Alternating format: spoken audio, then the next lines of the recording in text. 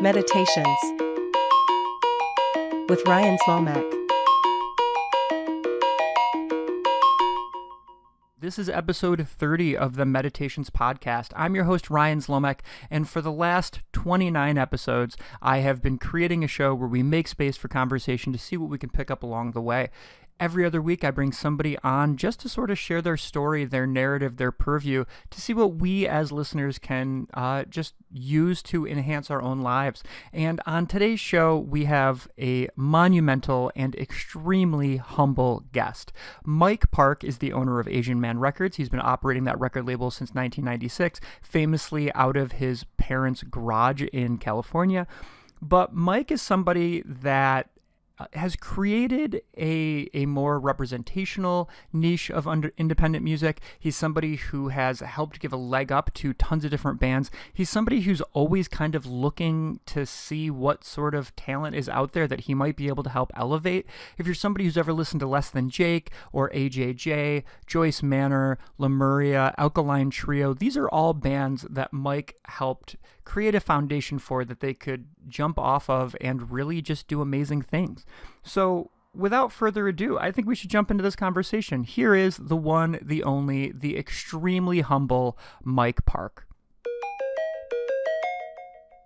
Thanks so much for being on the show, and listeners are going to be listening to this whenever. But you are officially the first interview I've conducted where you're currently a day behind me, courtesy of Pacific Standard Time and Eastern Standard Time. So Oh, nice. what's happening yesterday in California right now?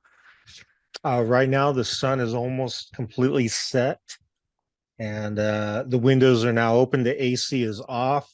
The box fans are in the windows, and we're trying to cool down the house. That's what's happening here. Sounds awesome. If it was your time, if we were in Thursday morning, it would be way cooler and much more pleasant. So I got to wait a few more hours. Well, I'm going to pass you on those good tomorrow vibes. Hopefully that means, you'll wake up to a glorious day tomorrow.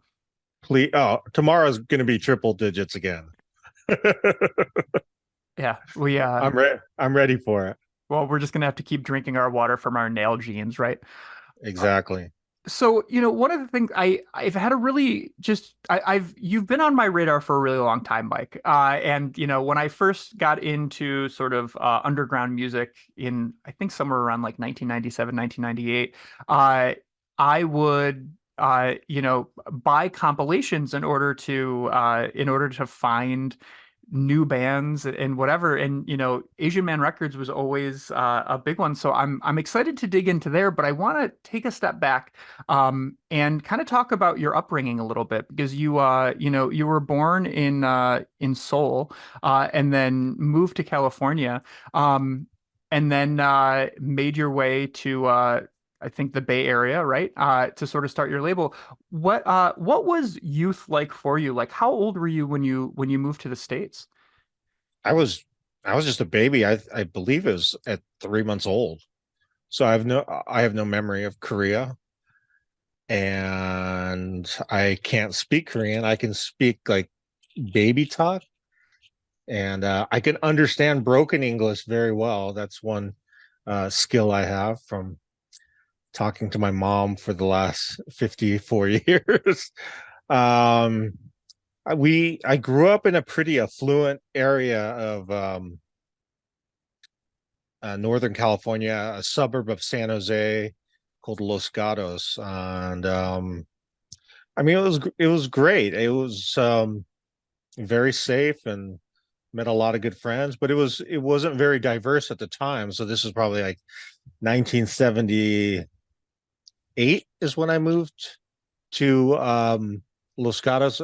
Previously, I was living in South San Jose, but I've been here since '78. I've been here, and it was I guess the tricky part was not a lot of people looked like me growing up. We had in my graduating class there are 5 Asian male graduates, and so I did deal with a lot of racism at a young age, and being a young kid and experiencing racism is a mind trip because you just want to be accepted and you don't want to be different. So that's but I do think it made me stronger as a person and made me who I am today. But it sucked at the time. Yeah, like can you, so I'm beaming into you right now from upstate New York, where if some people hear like, oh, there was like five people who were like me in a graduating class, where their graduating class is 30 people, that's a pretty sizable ratio, right? But like Yeah. how big was the high school that you graduated from? So I think our graduating class had close to 1,000 people. I can't remember. It's not a lot. I mean, it was a lot, but not a lot of Asians. Yeah. What kind of like and I'm sorry to just ask this sort of blunt question, but like what types of discrimination or racism did you like run into when you were younger? So, especially in grade school, it's just a lot of like, looking back, they're just kids. And I'm sure it's just, they didn't mean harm by it, but it was definitely something that affected me. Just a lot of like ching chong gibberish, like karate kicks, um, slanting of the eyes, um, just pointing out that I'm different. And so that was what I dealt with as a young kid. Um, Racism as an adult is a quite different experience, but as a young child, that was just painful. Not even anger, just pain and shame and just wanting to be like everyone else. Well, I'm sorry you went through that. One of the things I'm also kind of curious about is that like, your family comes here from Korea and I could be wrong about this, so please correct me, but your dad worked for a hospital, your mom was a hairdresser. Like Mhm. what was the culture like for them? Like did they feel welcomed into the community that they had moved into? Well, if they didn't, they never shared it with me. And they also were workaholics. So a lot of our time was just on our own. Like we'd get home from school, parents are working, and so we kind of had to fend for ourselves. But never ever did they convey to me a racist act that they experienced. But they must have. I know they must have, but they just never said anything to me. Interesting. What kind of so workaholicism seems to run in your family, Mike, and we'll talk about that in a little bit. But like when there was time to sort of like unwind or whatever, like did you and your family have any sort of like traditions or things that you guys like to do just sort of as a group? We were very frugal. My mom was very tight with the accounting, the family accounting. Not much. We would go camping sometimes, whatever was affordable. So camping was definitely affordable. Going out to dinner, we would always just go to the old spaghetti factory. I think there's one in like every city. Like, is there a spaghetti factory in Rochester? Yeah, in Syracuse we have the spaghetti warehouse. It's like, Yeah. similar thing. So it was just like so cheap. So that's where we would go, or sometimes we would go to like a pizzeria. Not didn't go out to eat much. Mostly it was just meals at home. But uh yeah, camping very church oriented. So like Korean church was a big part of our upbringing. My dad was an elder at the church, so we had to every Sunday after church they would have meetings, and so we would have to stay for like at least another couple hours. And then every Friday night there was like a whatever their group was, like every weekend it would change to a different house, and we would just go to a different house every Friday. It was fun because they're just kids, so all the parents with their kids, and we would just play. And so that was a big part of the upbringing was the Korean church and just playing with other kids. I love it. One of the things I just I don't want to dwell on, the past, the past, the past, but I want to talk about how you got into ska in a moment. But what kind of music were you into before you kind of had that like ska awakening? So when I was really young, we had God, we had a turntable that was probably from the early 70s. It was like a decorative piece that was like 10 feet long, and you know what I'm talking about? One of Yeah, those. like the console based one that is like completely a piece of furniture more than it is an Yeah, actual functional yeah, record player. exactly. And we had like that. We had a like on Brady Bunch, they had that like horse statue. We had that horse statue too that went on top of that um record player. But my parents had Simon and Garfunkel, Bridge Over Troubled Water. We had the American Graffiti soundtrack, double vinyl. We had the Grease soundtrack, double vinyl. And those are the three records I really remember listening to a lot. I know we had a couple 7 inches, Beatles 7 inches, but they were pretty scratched up, so I didn't listen to those a lot. But I listened to that Simon and Garfunkel nonstop. I can still like remember the lyrics to a lot of those songs. I'm terrible at like remembering lyrics, but from my youth, I can still remember certain songs. And Simon and Garfunkel was definitely one of the main artists. But yeah, I love the American Graffiti soundtrack too because all that 50s do super cool, and the same with the Grease soundtrack.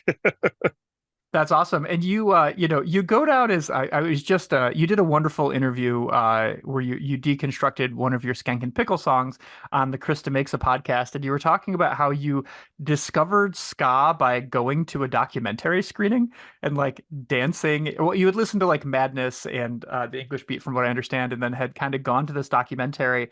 Uh how does one discover an entire movement of music by dancing in the aisles of a movie theater? So, like a group of friends in high school wanted to go see the this movie called Dance Craze about the British bands, their little two-tone movement, and I'm I'm not sure. I can't remember 100% if I knew exactly what ska was. I feel like I did, but maybe not super well versed on the music. And just being young and in high school, and then people are dancing, kids my age. So I was like, I want to dance too. And so it was fun. It was a double feature with Stop Making Sense. And we danced during Stop Making Sense also. It was awesome. And then the next day, I one of the bands I discovered on that movie was a band called Bad Manners, and I went to the record store the next day and found a cassette. The album was called Class with a K, and I was off and running. That kind of just kickstarted me through my obsession with ska. And what did that look like? I mean, you're a multi-instrumentalist now. Like, were you somebody who had been making music beforehand, or was this just like a time at which you were just absorbing as much music as possible? I was writing music poorly. I had learned how to play a power chord, but my gosh, just from that simple power chord, I was starting to write songs as soon as I learned a power chord. And it took a while for me to learn other chords to get my hand to actually bar a chord correctly. But I was definitely at that point very um, new to performing on guitar and writing songs, but I enjoyed it quite a bit. Do you remember like the first time that you like wrote a song and performed it for somebody? Probably not the first time, but I definitely remember early on songs. I remember serenading a girl in high school, a song I wrote for her, and that's an early memory I definitely remember doing. And but I can't recall like the very first song. Interesting. When did you eventually like form your first band? Like when did you finally find other people that were of a similar mind to be able to make music together? '86 going into '87, we had that's when learned the bar chord. We had started a punk band with just friends from high school, and I mean, I didn't know what I was doing. I was just watching the bass player's fingers, and then wherever he'd go, I would just follow him. I wasn't even playing power chords. I was just putting my index finger over the fret and following him, but it was just like a really nasty distortion sound. So it kind of worked. And we were just playing like God, like early GRI sounding like Black Flag-ish. Just it was really harsh. But I actually have the like boombox recordings. I uploaded them on my Bandcamp page. It's called Psychiatric Disorder. It's really bad, but I I wanted people to hear it, whoever wanted to hear it. That's awesome. And when did you eventually evolve? What was it, a year or two later into Skankin Pickle? Like how did you sort of make that transition to like kids in high school to all of a sudden like we're a band, we're gonna do stuff? Well, probably a few months later, I we started playing in a ska band. When I say we, it was a couple of the same people from the punk band because we liked everything, like all underground music from Black Flag to the Smiths to the Specials, um, to Echo and the Bunnymen. I mean, we just loved everything, and we met some kids from different high schools. I believe it was two different high schools, actually three different high schools and our high school, so four different high schools, and we started a band called Shot in the Dark, and it was cool. Like it was a good band. I was probably the worst one at that time, and just kind of we played a talent show, which was a lot of fun, and then we man was that might have been the only show we ever played, and then we that got me started into like ska, playing ska and wanting to play ska, and then seeing the band Fishbone when I was in high school, that made me want to do it too. Actually, seeing Fishbone wanted me to just play music. I'll go as far as just saying they're the reason why I wanted to play music. Yeah, and you've talked about in interviews about the fact that it's, that was a band that was an all black cast essentially, right? Like Yeah. all these like awesome representations of people from a culture that we don't normally see on stage when it's usually just a bunch of white rockers, right? Hmm. What like I guess what I'm curious about is like two things. One is like what about that Fishbone experience really spoke to you? And then two, like what was the music community like where you were growing up at the time? Like was there one that you felt like you could integrate into? I did, but mostly with people from my school. I did meet people from other schools, but I didn't have a car at the time, so it was hard to really hang out with anybody other than at my school. That music community, so we're looking like early, still kind of in the early stages of punk. So for like mid '80s, '85, '86, punk, especially in the US, hasn't been around that long. So it was very violent, I would say. At least the punk shows were. So my punk show, I I was scared, to be honest. Like I was just watching fights break out left and right. And so I was just kind of watching with a careful eye, making sure I didn't do anything wrong. But as time went on and the more shows I went to, kind of learned what to do and what not to do. And it became almost addictive. Like I really liked being in the circle pit, and eh, for punk and then for ska, I just love to dance. So the type of dancing they call it skanking, and I love to skank, and I still do, even though it hurts my knees a little more these days. But yeah, such fun as a teenager.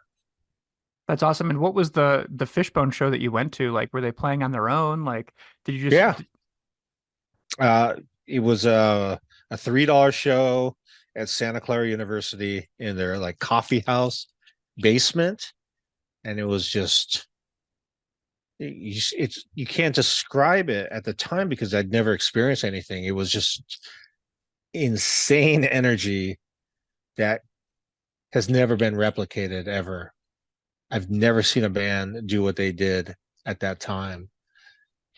And I just would lay every time I saw Fishbone, especially in high school, I would not be able to sleep. I'd be up all night, just adrenaline shooting through my body. What a natural high to experience something like that. And it's sad because I've never had that. I can't get that high again. Like I don't see bands and have that feeling anymore, which makes me sad. But it just doesn't happen. I don't know why. It is nice though that you have that bar, right? Where like I mean, especially for someone like you who's always trying to discover new talent, like you've Hmm. got just this, I don't know, this nice little needle in your brain where you're like, all right, how close to Fishbone are we? Exactly. It's another sad thing is I've seen them so many times, even like in the last 30 years, and it's just not the same. I've probably seen them over 100 times the last 30 years, and it's just never been the same as in the 80s. Well, It just, yeah. And the singer is still just, he's amazing. The vocalist for Fishbone is unmatched, probably the best frontman in rock and roll. Very underappreciated, but a star in my book. I'm going to come back to this question a little bit in a different way later, but for anybody who is looking for their gateway into Fishbone, is there a specific album or song that you would suggest to them? Yeah, I would just start from the beginning. Their first EP that came out in, I believe, came out in '86. It's just self-titled, and it's 6 songs. And I'd say the song "Party at Ground Zero" is that's a jam. Awesome. So I'm getting such a kick out of this because Mike, you're known for having unparalleled energy on stage as well. Playing saxophone and singing, somehow managing both of those things while also jumping off of drum sets and whatever during your time in Skankin Pickle. That band I know was around for 7 years and you guys toured pretty extensively. And you eventually started Dill Records or used Dill Records to kind of release Skankin Pickle media. Like, what was the impetus behind kind of starting that initial record label? But at the time, like every band, you would just have like a demo tape. You would make a demo tape to sell at shows or to send to clubs to get shows. And we were no different. So when we made a demo, we just kind of made a fictitious name for a record label. And we thought Dill Records, Skank and Pickle, thought it was funny. And then we had a friend that was a graphic artist and did like a parody of the Vlasic logo. And into Dill, we used that imagery. It was such a killer logo. And then so it wasn't meant to be a record label per se. It was just a name we picked. But as we continued to grow, we just kept with the name and started releasing out our own music and eventually started releasing other bands' music. And what was it like to have that responsibility to make sure that, other bands are being represented by you and, making sure that you're doing things right by them? I enjoyed it a lot, to be honest. It was very fun for me. And that's when I realized that I think I'd rather do the record label over the band. And so I had told the band that I wanted to take a break and concentrate on the record label. And this was at the peak of when the band was at peak of our popularity. That did not set well with other members. And so that's kind of when things started going south. And eventually the band broke up. And then I realized I can't be part of this collective anymore because I need to do my own thing. And that's when I decided to start Asian Man Records. And what about like, just during the Dill Records days or whatever, like how were you figuring out how to manufacture a record, how to get the graphic design done, how to get the distribution out there? Like how did those things kind of click with you? So the manufacturing, there would always be ads, and we had a monthly music magazine called BAM, BAM, Bay Area Music. It'd just be ads for different places that made CDs. So we just picked one of those places. I can't remember which one we did, the first one. And I know I found a place locally that made cassettes. So I could just go there and they would do that. And I would just pick it up. In terms of distribution, we had met somebody who, excuse me, who ran a label called CD Presents, and they were early punk label. They actually had released a great punk compilation called Rat Music for Rat People. Like bands like Bad Brains, DOA. Trying to think who else was on that. Black Flag, and then they did 3 volumes, and so that they were based in San Francisco, and an employee there just asked if we wanted to have our record distributed by them, and we didn't know any better, so we said yeah. And so that's how distribution started. And then it was also the first experience of getting ripped off by a distributor, which has happened to me at least 4 times now. And so they owed us $13,000 and just never paid us. And at the time, that was so much money for us. Crushing, soul crushing. And is that the impetus behind the song $13,000 is a lot of food? Yes. Yes, it is. So, and even today, like in 2024, like really know exactly what I'm doing as a record label. When people hit me up to do like internships, I just tell them like I don't really know what I'm doing. Like I can't really what I do and what a regular record label does is completely different. Most of these places, even the indies, they have a staff that do stuff. I don't have a staff. I just do everything myself, and I have no training. I've just kind of do it. And there's just different levels of what people want to reach. And for me, I just want to be able to do things under a one person parameter. Whatever I can handle is what I'll do. And anything more than that, I can't do. I won't do. And I'm really open with the bands that I work with that you're not going to get the care that you probably deserve that a bigger indie can provide, but this is what I can provide. And if you're good with that, then let's do it. And so far, so good. I've only had a problem with 2 bands. I think that's pretty good considering we've released over 370 records now. So not bad.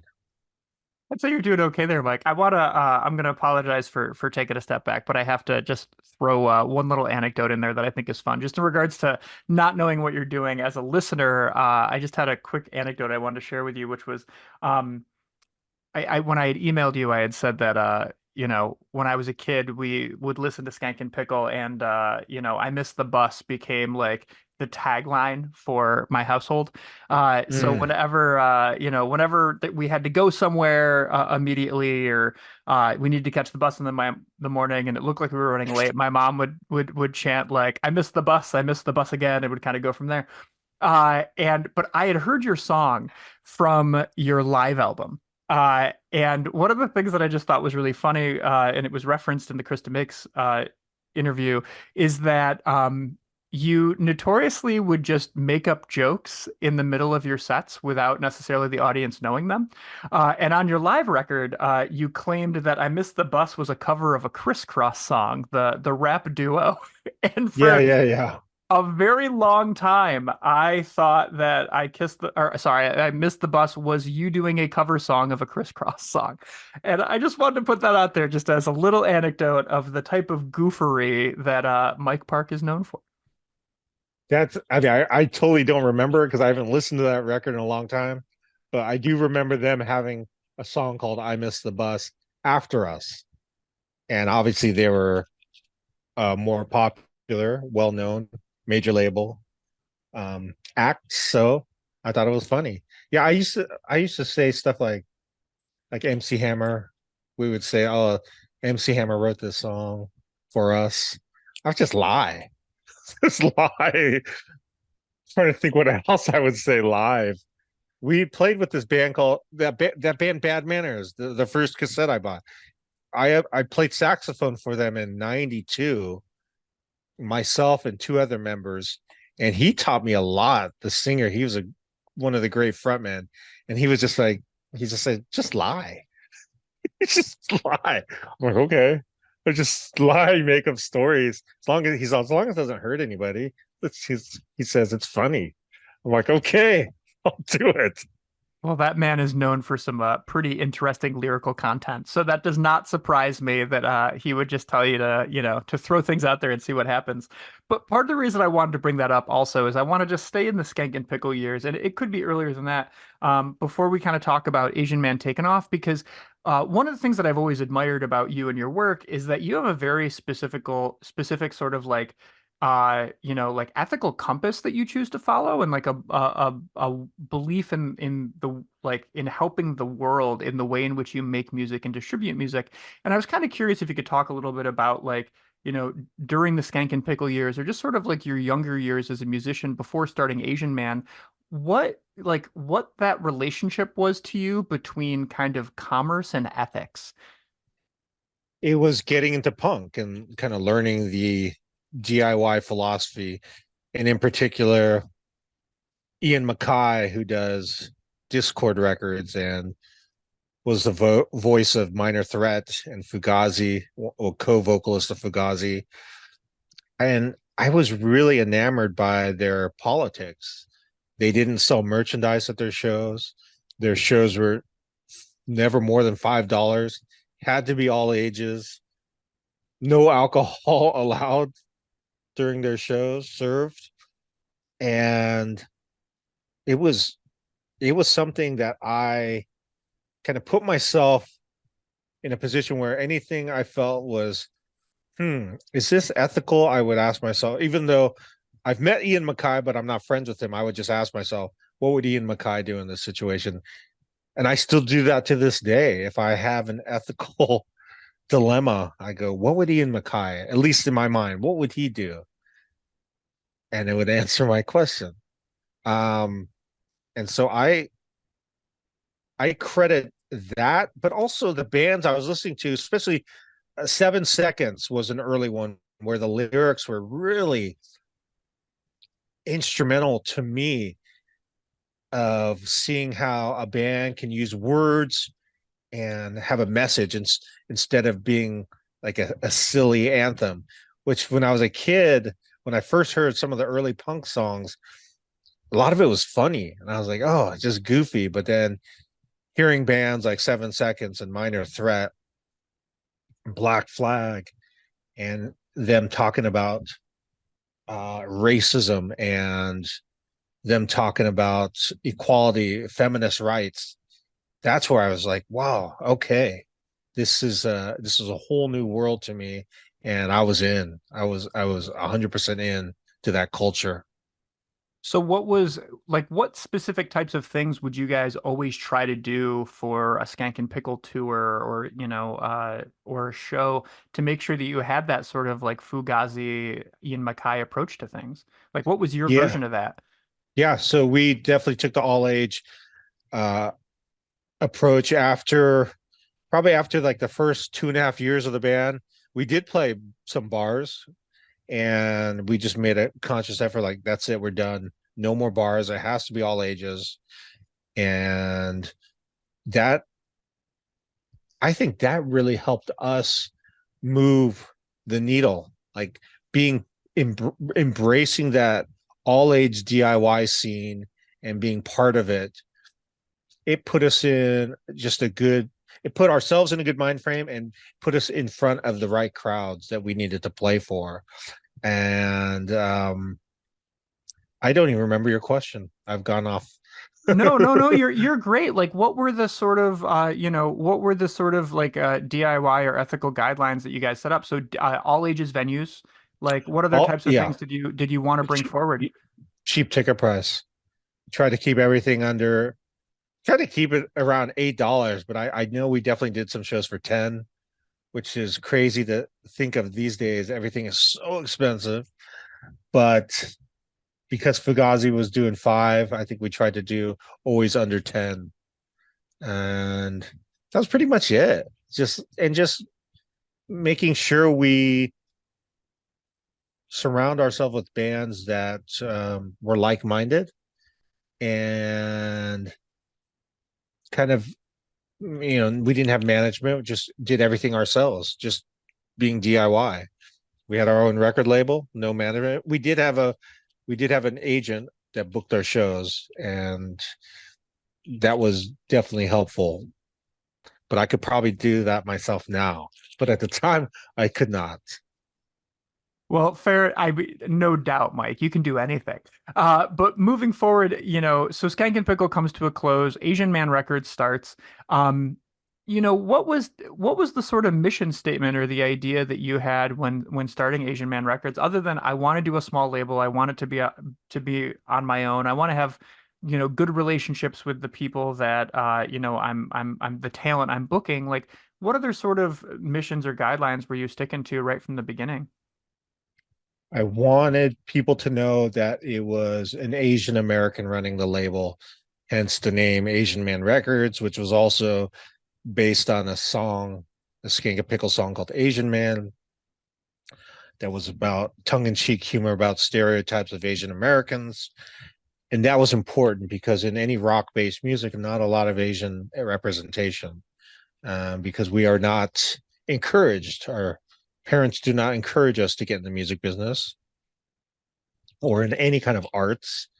They love it pre-adulthood. They force it down your throat, but if you want to do it for a living, it's frowned upon, and it's a double standard that uh, should be what am I trying to say? Should be outlawed.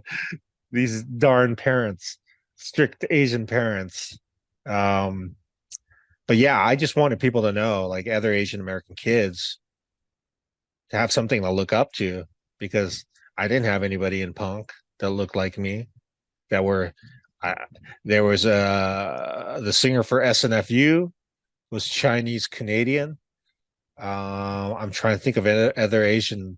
I remember, like anytime I would see like an Asian musician in punk, I would definitely take note. I remember just like a random punk show in the '80s, a bass player was Asian. I was like, oh wow. So it was just something I wanted people to be able to, other Asian American kids, to know they're not alone. And so that was really the a strong mission statement for Asian Man. I love it. And if I understand correctly, your first release was the Link 80 17 Reasons record. Is that correct? Yes, because the other records were reissued from Dill Records onto Asian Man. Okay, so this was the first like original kind of talent scouting approach to Yes. Asian Man Records. Yeah. How Hmm. how how did you find Link 80? They opened up for Skankin Pickle, and they were all in high school.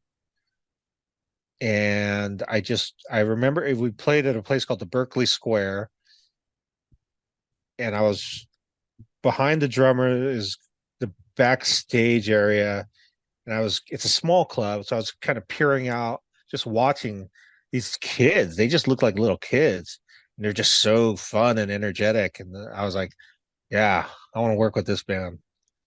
Fascinating. What was so Link 80, for those who aren't aware, a kind of ska hardcore band with a tragic story that we'll talk about shortly. But like, what about their energy made it seem like they were a band you wanted to invest in? I think there's a couple variables. The fact that they were a local to the Bay Area, I wanted to work with more bands um, near me because at the time I had bands, a band from Florida, Less Than Jake, a band from Chicago, Slapstick, and a band from St. Louis in MU330. So I wanted to work with more bands from the Bay Area. That was one. Number two, energy was undeniable. I think the drummer was 14 at the time. I was watching him too, just going, man, he is just shredding. He probably didn't even know what he was doing, but he was just playing so fast. It was just great. It was raw. It felt just organic, nothing forced. Just a bunch of kids from the East Bay and just playing music. Everyone from the East Bay except the singer was from San Francisco, which we'll get into later, as you said. Sure. The thing that I just find interesting about them, and unabashedly, I'm a big Link 80 fan. They were a band that I really enjoyed when I was kind of getting into punk and hardcore. But the thing that I just think is really interesting about them is that, like right from the beginning of your career, Mike, like you're identifying these bands that are like just these people that are just full of talent. So like, Nick Traina was the singer of the band, Danielle Steele, the writer's son, who tragically overdosed at the age of 19 and, and passed away. But the guitarist for that band, Matt, is it Bettolini Bet, Olpin? yeah, Bettinelli open. Yeah, whose name I'll never say right, but he's a huge movie director right now. He's part of Yes. the group Radio Silence that directed Ready or Not and Scream 7. They just made Abigail. Like there's just so much more talent and talk about taking the DIY spirit other places. Like he's managed to do that with his like collective like group. And I guess I'm just sort of setting that up in the sense that like I'm curious about like early Mike Park looking at bands and looking at talent and nurturing people to say, hey, I'm going to take you into the studio. A lot of these people have probably never been in a studio before and seen how brutal it can be. Like, how did you sort of, gauge those things? You saw the energy, you saw the response, you liked that it was local, but like, what about taking them from just being kids to like, all right, it's time for us to make this music and make something that's going to live on? Well, they had already recorded. They had some demos already, so it was already good. It was just it was just a matter of going in and making sure they were well rehearsed. Like, I didn't do any of the producing on their record, so they did everything on their own, and they just made sure they were rehearsed. Even at that young age, they they were tight. They had everything ready to go when they hit the studio. It wasn't a bunch of just sloppy punks just banging out noise. They were in the pocket. And so to go on that uh, artistic accomplishments of that band, everyone in that band is so talented. That the trumpet player is a very famous painter. Um, the saxophone player is a well-known producer in Denmark now, and the other guitarist is hosts a podcast called In Defense of Ska and plays in a band called Omnigon. And the drummer, he was in a couple great bands. I'm not sure what he's doing now, but he's great. Everyone is just so talented. It's crazy. Well, they can thank you, Mike. Yes. Well, they would have been successful regardless of me or not. Well, tell me, so like one thing I don't have access to at the moment is your list of records and in what order, which you do such a great job of documenting as you put your releases out. But like I remember getting your compilations and opening them and having the little order forms where you have your description of your record label, which has changed very minimally since you started the label, which is I'm a one-man show. It's the record label is based in my parents' garage, and we do everything on our own. My mom kindly makes me lunch sometimes, like as that's Yeah, no, nothing has changed. My mom is 87, still makes me lunch every day, 5 days a week during the work week. Nothing's changed. If anything, it's become more minimalist. Because at my peak, I had two employees, full-time employees. I've got no, it's just me now. back to an army of one. Well, shout out to Yeah. Sonia for making you lunch every day, you know? Yeah, and really good cook too. It's crazy. Well, how did you like I guess what I'm curious about is like that transition between getting your first release out there and then being like this is what I'm doing full time. Like and I need to figure out ways for money to come in. Sometimes it's people buying records and they get order forms and they're going to mail me money and kind of go from there. But like how did you get to the point where you knew this was going to be at least sustainable for a little while? It what happened to me is you'd have a better chance of winning the lottery. It was just crazy. Like in 1996 when we started, so my dad was still alive, so he definitely helped me with like accounting stuff and was definitely instrumental at the beginning. But basically it was just me because he didn't know any of the music. He was just there for moral support. We we started at a great time. Ska was just about to blow up. It actually would have been better if ska didn't blow up as big as it did because it kind of oversaturated and created a an overflow of terrible bands, and that's what destroyed it at that time. So building up to that, as it was growing, as ska was growing, I was just selling so much stuff. It was crazy. And that's when my dad, who had just retired, was like, "What is going on?" And they were not happy with my career path. They wanted me to go back to school and become either a lawyer, engineer, doctor. Those are the big three for the Asian American parent. And so when he started seeing that money come in, we grossed over $1 million that first year, and that's out of a garage, and I didn't know what I was doing. So it was wild, and that's when I knew I, I could do this for a living. And how I've been able to maintain it, we're going on coming up on 30 years um next year. I just feel like I have a good grasp on what to do and what not to do, just to keep it at a level where it's comfortable.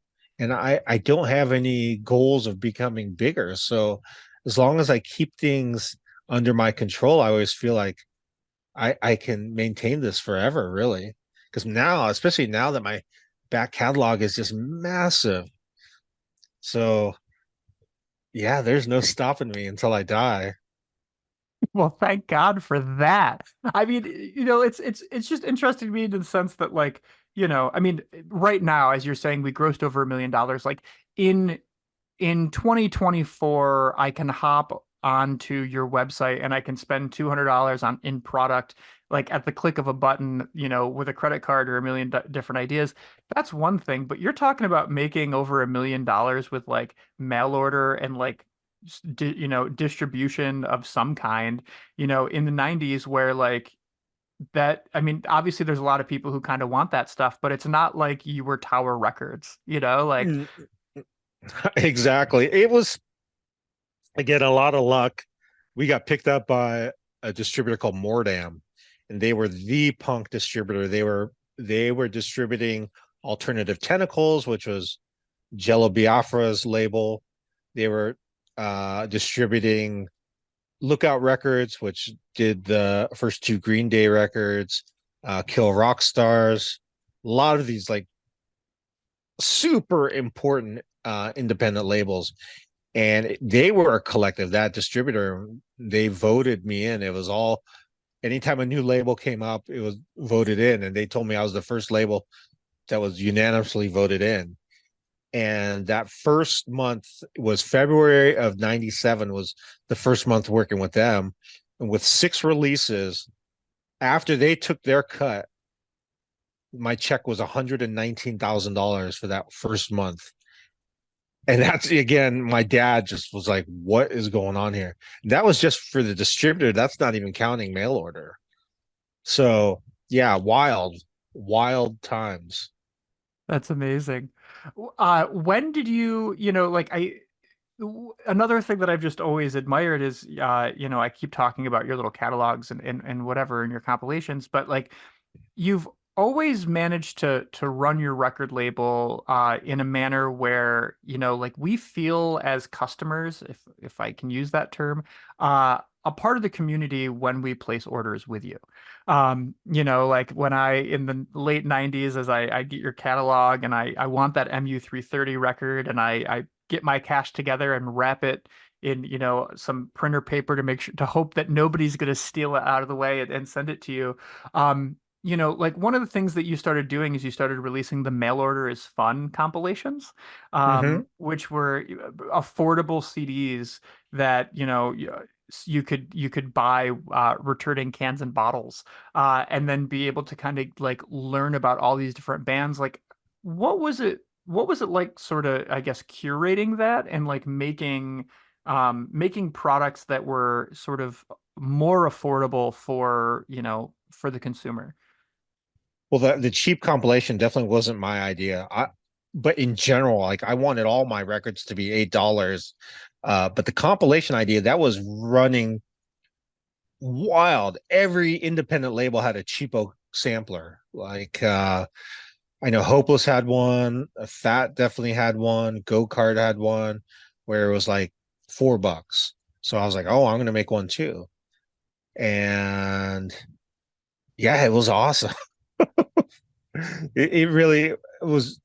It was a way for people to, spend $4 and be exposed to 25 different bands.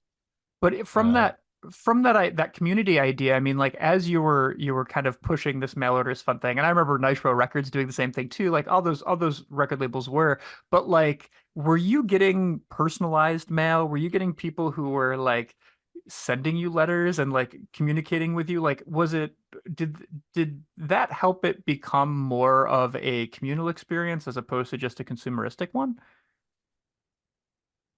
I don't know if intentionally. I Back then there was a lot of snail mail order. People would mail in checks or well concealed cash, which just seems crazy to me. But we would get tons of cash, and I would usually write like a little, like, thanks, Jeff, or whatever, you know, to try to put like a little personal touch on each order. I don't do that now, but I think I did it in the beginning for sure. And I wish I kept all that mail. I had boxes of letters, and I just threw them out one day, probably like 15 years ago. I was just like, I don't know why I still have all this stuff, and I threw it in the recycling bin. But I wish I kept it. I'm a terrible archivist, and just so much stuff I didn't keep. We all have room for growth, Mike. It's okay. How about it's all gone? Um, I guess another thing that I'm just kind of I'm curious about, and like obviously things have changed since you started your record label, and I know that I was reading in one article that you had gotten to a point where you realized that you kept releasing music basically for the same generation, Yeah. and that you had to kind of go and discover new stuff. One of the albums that you ended up putting out is my friend's Lemuria's Get Better album, which is just another wonderful uh, wonderful piece. But how did you, kind of come to that realization that you needed to explore other opportunities to find bands, ones that like maybe connected with younger generation?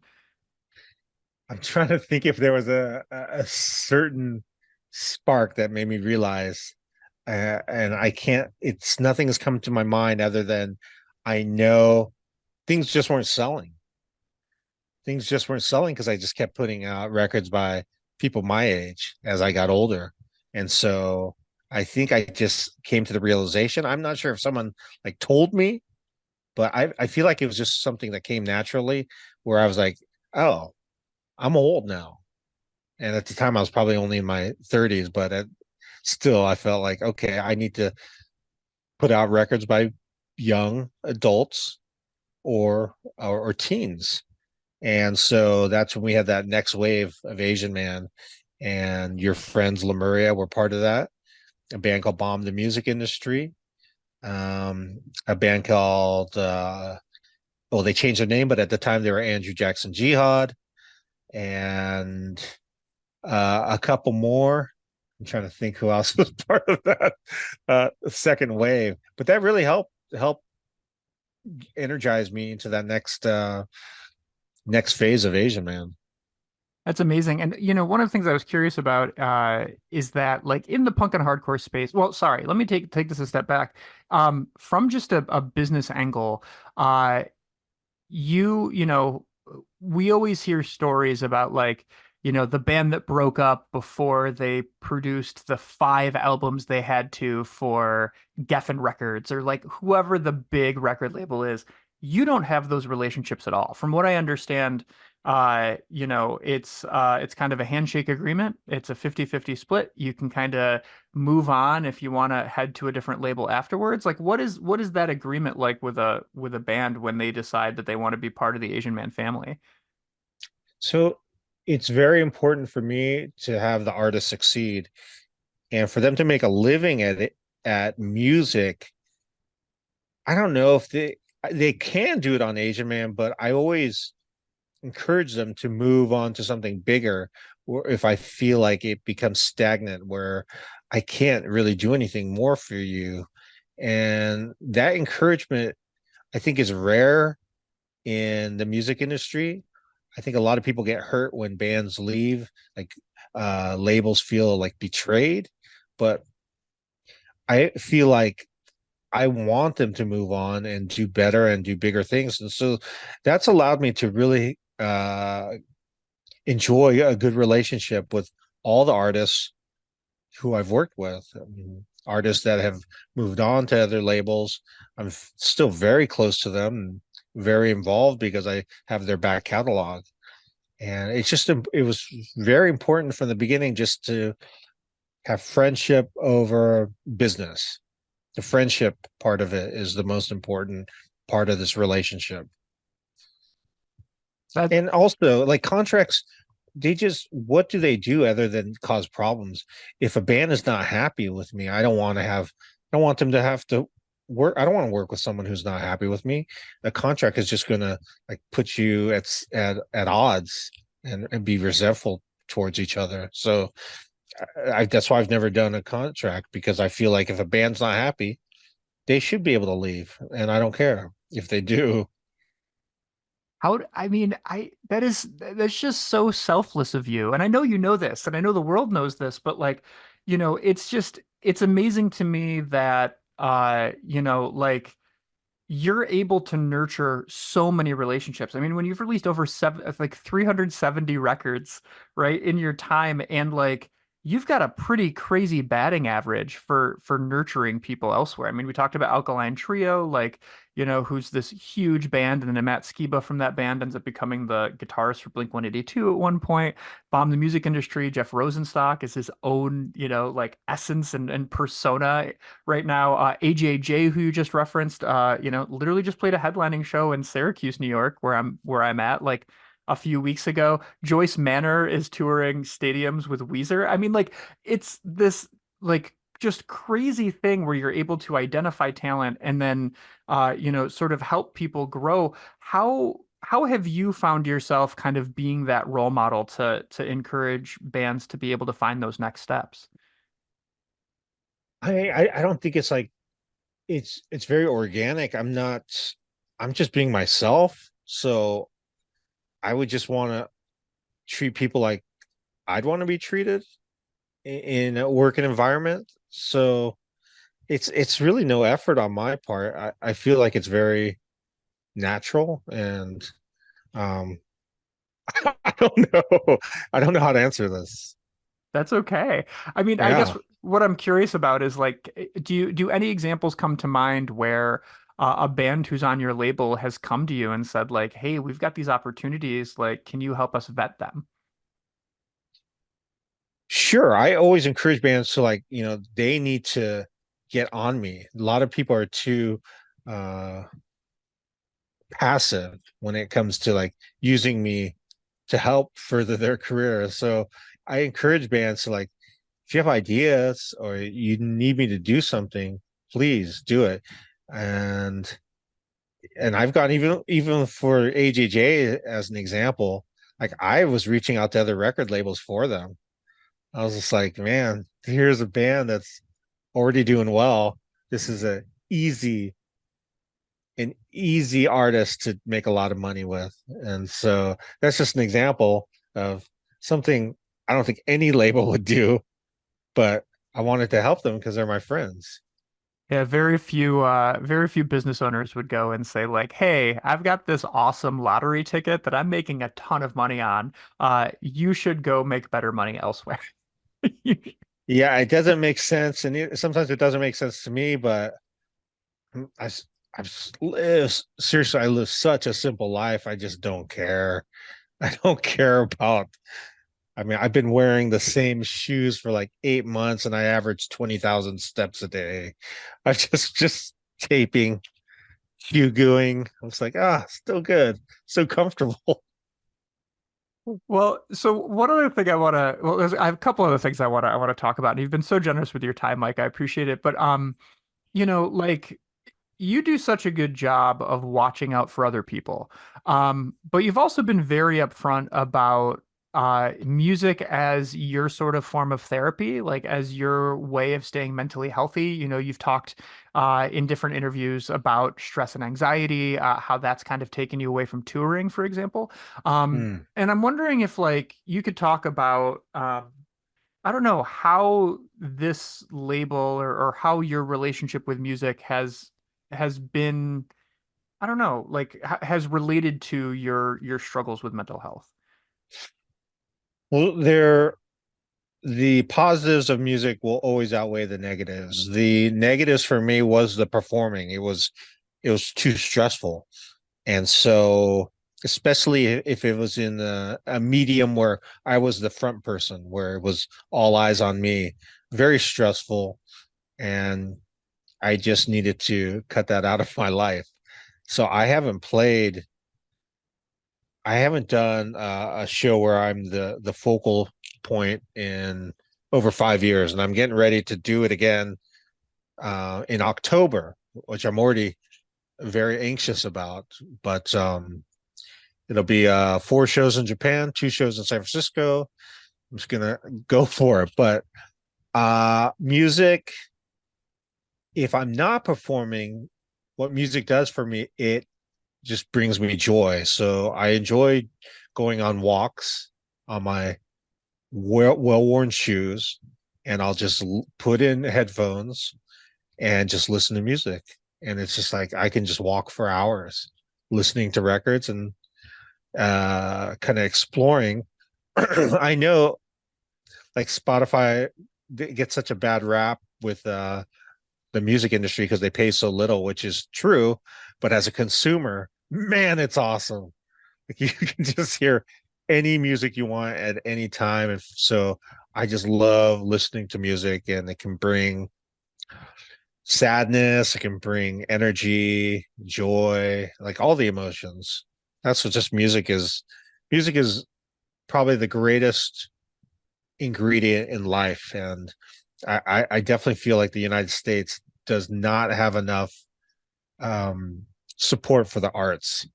as other countries do. We have nothing in place for musicians and artists alike. So that's a bummer, but doesn't stop me from enjoying music. Well, I'm glad you brought that up, and I want to further echo that like it is a bummer that communities are the things that support uh, creatives as opposed to our actual institutions that we are, our tax money that we're paying for.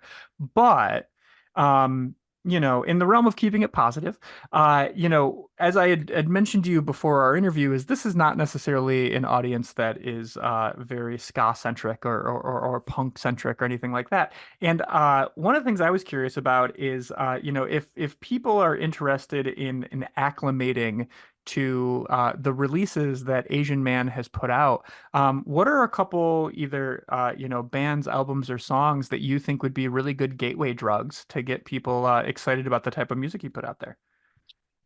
Yeah, I mean, gosh, with 370 records, it's difficult to say, but I would start with it. It depends what you like. Or the palette is quite diverse from really aggressive hardcore to more like indie rock, singer-songwriter stuff.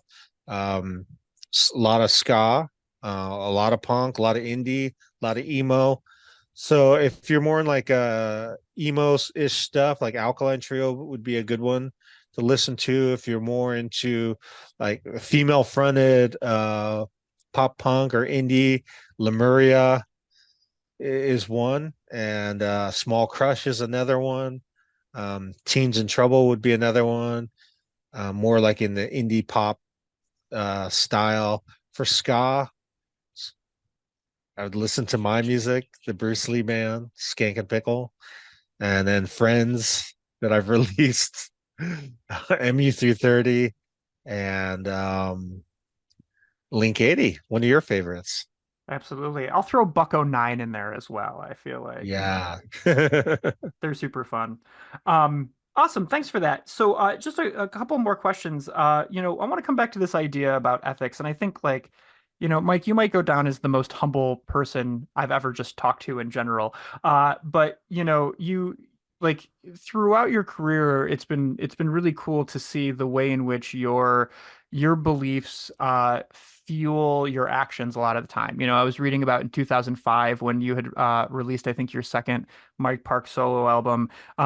In lieu of going on a giant tour, you got a bunch of friends together and you did a charity bike ride for days and days and days, where that money raised was used to fund a community center, or doing other concerts where you're identifying food banks in places that you've gone, and people are bringing food, and you can see these giant piles of the food that you brought that's going to benefit the community. But I want to think about it for another generation, which is, you're a father. You've got, I think, two kids, if I did my research correctly. And Yes. I'm curious about what type of encouragement you're giving your kids, and what type of ethics that you're trying to instill in them. And parenting is hard, first of all. So any other parents out there, it's obviously I'd like them to be more into underground music, but I think they just want to be as different as humanly possible than me. So all I can do at this point is encourage them, whatever they do listen to, which is mostly rap and hip hop, and I have no qualms about that. It's not my I mean, there's different styles of hip hop I like more than others, and I feel like the hip hop they're listening to is not the greatest, but I'm trying not to be the old man shaking his fist at the cloud. And I'm just like, okay, if that's what you like, great. Um, so I just try to kill them with kindness and show them, and also show them, lead by example of what I am doing. And hope that somehow they do find some interest in this underground music that I've been a part of for over 3 decades. And we'll see, but that's all I can do. Again, for other parents out there, especially if you have teenagers, it's it's not it's not easy. I love it. Well, you're, you do everything, Mike. And when I was researching you, I learned that at one point you owned a recording studio as well, and that you're, doing all these different things. But you are gonna dip your toe into being a radio DJ, if I understand that correctly, for KPCR in San Jose, which will be also streaming over the internet on Wednesdays from 8 to 10 p.m. Pacific Standard Time. Can you tell us a little bit about your radio show? Yeah, so I was invited to be a guest on this community station in my town. I live in a suburb of San Jose called Los Gatos, and just to hear that there was this community radio station, I was really surprised. And when I went down there, they asked if I would have any interest in doing my own show, and I said, yeah. Uh, it's about a 8 minute bike ride there, so I was all for it. And so by the time this airs, the show should be up and running. And I don't have a name for the show yet, but it will be Wednesdays, and the time could change. It could be 6 to 8, but I think it'll be 8 to 10 slot. And I'm just excited to do live radio, and maybe even do like some like talk radio format because it is live, being able to have people call in. I love it. And like obviously this completely fits within your audiophile nature, right? But like what about the sort of like live ephemeral nature of radio gets you excited? Just because no one really does it anymore. I feel like it's all everything is either pre-recorded or people are just listening to streaming services. So live radio, even college radio, the power of college radio has dwindled so much in the last decade, where it used to be such a game changer for the music business. I don't know. I don't know why I'm excited. I think I'm more excited that it's just a community radio station in my neighborhood, in my town. We're not even a city, we're a town. So I'm excited about that. And like I said, I don't perform anymore. So being able to do stuff like this, where I could just do something creative, without having to go out on stage, and I don't like to travel either. So I don't even like to drive, to be honest, where I could just ride my bike. It's going to be pretty fun for me. That rules. Well, Mike, thanks so much for making the time to be on this show. For people who want to see what you're doing, learn more about Asian Man Records, where are the best places to find you? Just on all the socials, everything is at Asian Man Records at Asian Man Records. I was about to say at AsianManRecords.com, but at Asian Man Records, all the usual stuff. I don't do Twitter anymore because I just couldn't handle um, the politics involved in there. Oh, I can't stand the politics of most socials, but it's a necessary evil in business. So I try to just post and not doom scroll, but I still do doom scroll quite a bit, to be honest. One other thing I'd like to promote is I've been doing a podcast for 5 years about the Canadian teen drama show Degrassi, uh, starting with the original Degrassi in the 80s and going through the next generation through the 2000. I feel like it went all the way to 2017. So the name of that podcast is I'm in Love with a Girl Named Spike, a Degrassi podcast, and it's something I enjoy very much. And also named after a Skankin Pickle song. That's true. I love it. Well, Mike, I always leave a little bit of space at the end of the show. Is there anything that we haven't covered, any topics, anything on your mind that you want to throw out there before we depart? Nothing that I can think of. I feel like we had a great conversation, and I just want to say thanks for talking to me. Well, Mike, thanks so much for being on the show. It's I've loved your work for so long. It's really great to have you. Thank you so much. Have a great one. What do you think? Is Mike Park the most humble or the humblest person you've ever heard from? I think he's at the top of my list. I've never heard of a person in the music business even considering sending business elsewhere. And for a media executive like him to just say, yeah, you know what? you're going to be better off if you let yourself grow in this other direction. That's just such a fascinating way to exist, and I applaud his ethics, and I've learned so much from this conversation.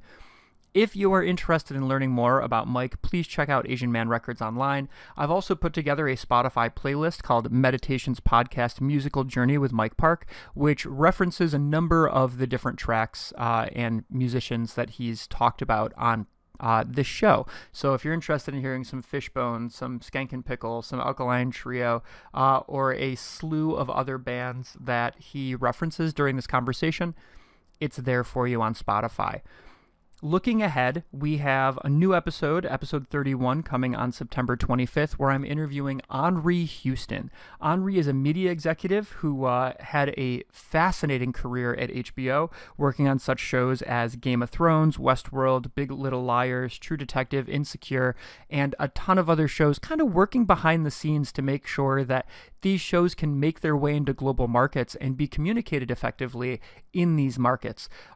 It's just a really cool conversation looking behind the scenes at what is happening with all of these streaming services, with all these media production services. How are they developing content, and how are they ensuring that it will be well represented across the globe? He's going to be here on September 25th, and it's going to be an absolute blast. Henri, as I mentioned, worked for HBO for a very long time. He had a short stint at Paramount and now is working at Netflix. Unfortunately, all the things he's working on have to be kind of hush-hush at the moment, but we're going to dig into his career and really just learn about his approach to media. It's going to be super fun.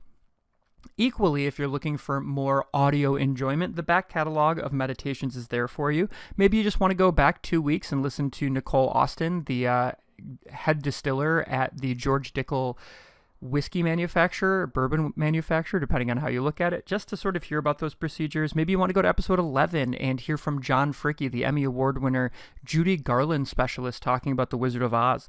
Perhaps episode 18 with Lawrence Katz, the guitarist for the Muddy Muddy Boss Tones, will keep that ska going for you.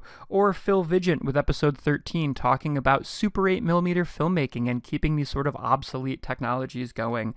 There's a ton of content there for you. And if you're interested in digging in the back catalog, please give it a listen. If you're interested in learning more about me, you can find The World of Ryan Zlomek on Facebook. You can find at Ryan Zlomek on Instagram and TikTok. And you can email me, meditations@ryanzlomek.com. I do my best to be accessible. As always, though, thanks for tuning in. It means the world. If you like what you heard, please share it, like it, subscribe, pass it on to people that you know, but more importantly, make sure that you do the most important thing in the universe, which is make space for conversation, because you just might learn something. Thanks for all the support. Have a wonderful day.